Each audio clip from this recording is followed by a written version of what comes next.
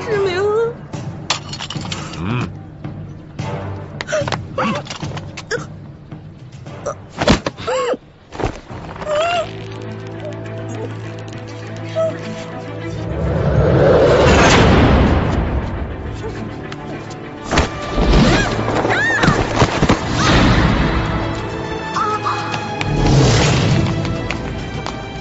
中堂大人，还不快给我抓起来！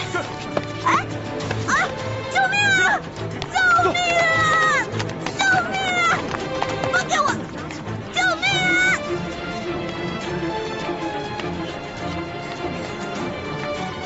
走。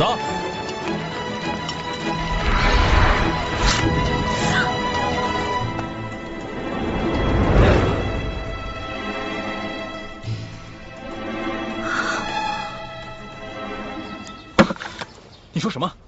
易欢被鳌拜抓走了？不错，鳌拜号称大清第一勇士，身边又带了好几个武功高强的侍卫，我们不敢贸然出手相救。申盟主，我们现在怎么办？先不要轻举妄动，等九楼兄弟的消息，切莫打草惊蛇。是。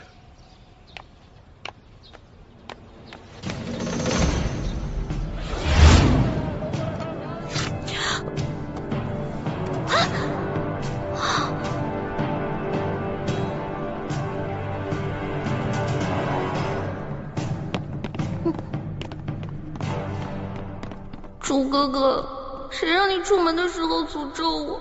现在我该怎么办啊？原来是个小丫头，刘妈妈。是。和穆太大人一起离开春风院的那个姑娘，就是她。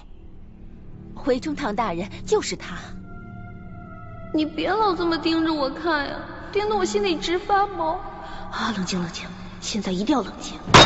大胆妖女，你把知府大人弄到哪儿去了？还不快从实招来！若有半句假话，我……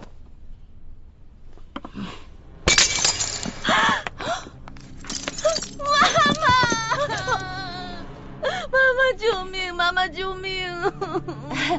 哎呀，只要你老老实实说出知府大人的下落，我可以向中堂大人求情，饶你不死啊！快说。真的？快说快说。行吧，那我说，